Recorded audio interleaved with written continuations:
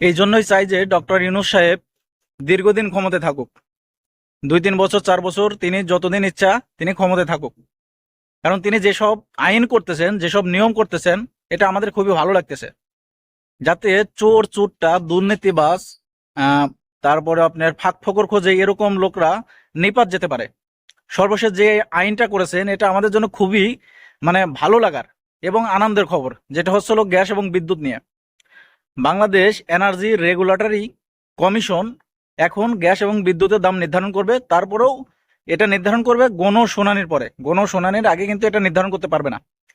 কারণ আমরা বিগত সরকারের আমলে দেখেছি যে তারা হঠাৎ করে একটা জিনিসের দাম 100 টাকা বাড়িয়ে দেয়, পরে কি করে সেই জিনিসের দাম মানুষের চাপে পড়ে, কাস্টমারের চাপে পড়ে, জনগণের চাপে পড়ে 5 থেকে 10 টাকা কমায়। তাহলে বোঝেন যে 100 টাকা বাড়ানোর পরে 5 থেকে 10 টাকা কমালে কিন্তু আমরা খুশি হয়ে যাই। তখন মনে করি যে না, সরকার কমাইছে, সরকার তো মোটামুটি কমাইছে, একটা সমন্বয় করছে, থাক, আর দরকার নাই। তখন কিন্তু ওই 90 টাকা দামটা বেড়েই থাকে, আর ওই 90 টাকা থেকে 50 টাকায় চলে যায় কিছু কিছু গ্রুপের আন্ডারে, যেমন সামিট গ্রুপ, তারপরে আরো এরকম কিছু গ্রুপ আছে যারা এই টাকাগুলো কি বলবো, লোকের চক্ষু আড়ালে বিদেশে পাচার করে দেয়, নিজের ব্যাংক অ্যাকাউন্টে ভরে, নিজের বইয়ের নামে করে, নিজের শাশুড়ির নামে করে, নিজের শালীর নামে করে। কার তার পরিচিত এমন কোনো লোক নাই যে তাদের নামে করে না, হাজার হাজার কোটি টাকা। তাই এই কারণে ডক্টর ইউনূস সাহেব যেটা করতেছে এটা আসলেই ভালো লাগার মতো। যাতে এই নিয়মটা আর পরিবর্তিত না হয় এরকম একটা নিয়ম করা চাই।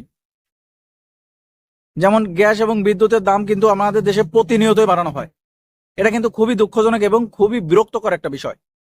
আমাদের দেশে কিন্তু মোটামুটি গ্যাস ভালো আছে, আমরা যদি নিজেরাও বিদ্যুৎ সেরকম উৎপাদন করতে পারতাম, আমাদের কিন্তু প্রযুক্তি বা সব দিকে কিন্তু আমরা এগিয়ে আছি, কিন্তু আমরা সেদিকে ফোকাস করি না।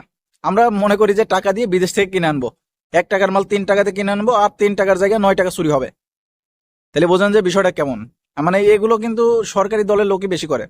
বিগত সরকার 2022 সালে আহ, এই আহ, বিদ্যুৎ এবং গ্যাসের যে আইন আছে সেই আইনের 34-এর ক ধারায় একটা যে ছিল, নিয়ম ছিল যে সরকার এটার নির্বাহী আদেশে এটার দাম নির্ধারণ করা হবে, সেটা কিন্তু এখন ভেঙে দেওয়া হচ্ছে।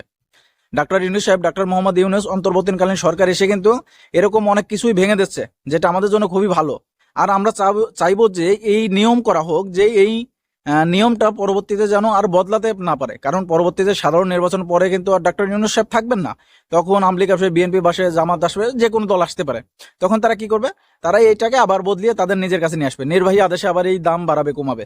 এটা আসলেই ঠিক না। এটা এখন যার হাতে দেওয়া হয়েছে যে বাংলাদেশ এনার্জি রেগুলেটরি কমিশন, তারা গণশুনানির পরে দাম নির্ধারণ করবে, এটাই কিন্তু যৌক্তিক, এটাই হওয়া উচিত। কারণ বিদ্যুতের দাম, গ্যাসের দাম, পণ্যের দাম, বাজারের দাম, এটা এক একটা যে থাকে, নির্দিষ্ট একটা কমিশন থাকে, সংস্থা থাকলে তাদের আন্ডারে দেওয়া উচিত। নির্বাহী আদেশে আজকে বললাম যে 50 টাকা বাড়িয়ে দাও, বাড়িয়ে দিল 70 টাকা। সরকার যদি বলে 50 টাকা, নিচের যারা আছে মন্ত্রী বা যারা ভোক্তা অধিকার বা যেখানে যারা আছে, তারা কি করে, 70 টাকা বাড়িয়ে দেয়। 70 টাকা বাড়িয়ে দিয়ে জনগণের চাপে আবার 5 টাকা কমায়, কমানোর পরে 65 টাকা থাকে।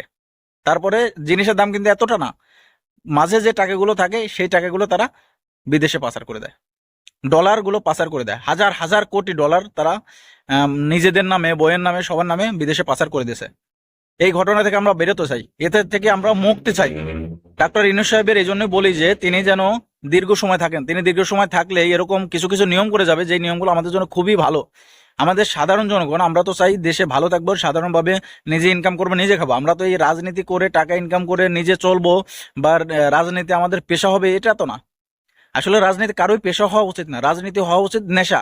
কারণ রাজনীতি হচ্ছে হলো মানুষ সেবার, দেশ সেবার কাজে রাজনীতি করা উচিত, সেটা হলো নেশা। আপনার পেশা থাকবে অন্য জায়গা, পেশা থেকে আপনি টাকা ইনকাম করবেন, অর্থনৈতিকভাবে সচল হবেন। আর আপনার যেটা নেশা থাকবে সেখানে আপনি মানুষ সেবায় সেটা ব্যয় করবেন। রাজনীতি এমন হওয়া উচিত, কিন্তু আমাদের দেশের রাজনীতি সেরকম না। আমাদের দেশের রাজনীতি হচ্ছে হলো পেশা। রাজনীতি একটা কোনো এক গুণীজন একটা কথা বলেছিল যে রাজনীতি থেকে যদি টাকা ইনকাম করা না যেত, তাহলে 90% লোক সেখান থেকে চলে আসতো, সেখানে আর থাকতো না। তা সেরকম হয়েছে, একজন একটু যেই ফোকাস চলে আসে, একটু তার চেনা পরিচিত বেড়ে যায়, তখনই সে রাজনীতি চলে আসতে চায়, তখনই বলে যে আমি রাজনীতি করব। তখনই বলে যে আমি যে কোনো একটা পদে দাঁড়াতে চাই। কারণ সে জানে যে যে কোনো একটা পদে যদি সে ইস্টাবলিশ হতে পারে তাহলে তার টাকার অভাব হবে না, কোটি কোটি টাকার মালিক হয়ে যাবে। এই কারণে ডাক্তার ইউনূস সাহেবের কাছে আমাদের একটা অনুরোধ থাকবে, তিনি যেন ভালো ভালো নিয়ম করে যান এবং এমন এমন নিয়ম করে যান যেগুলো পরবর্তী সরকার আসার যাতে বদলাতে না পারে। তা আপনারা যারা এই কথার সঙ্গে এই ভিডিওর সঙ্গে একমত তারা অবশ্যই ভিডিওটি শেয়ার করবেন। আমি চাই যে ভিডিওটি শেয়ার করে সবার দেখার সুযোগ করে দেন। সবাই দেখলে সবাই যখন ঝড় তুলবে, ফেসবুকে ইউটিউবে যখন ঝড় উঠবে, তখন কিন্তু এই নিয়মগুলো আরো বাস্তবায়িত হবে। সবাই ভালো থাকবেন এবং ভিডিওটি শেয়ার করবেন। আল্লাহ হাফেজ।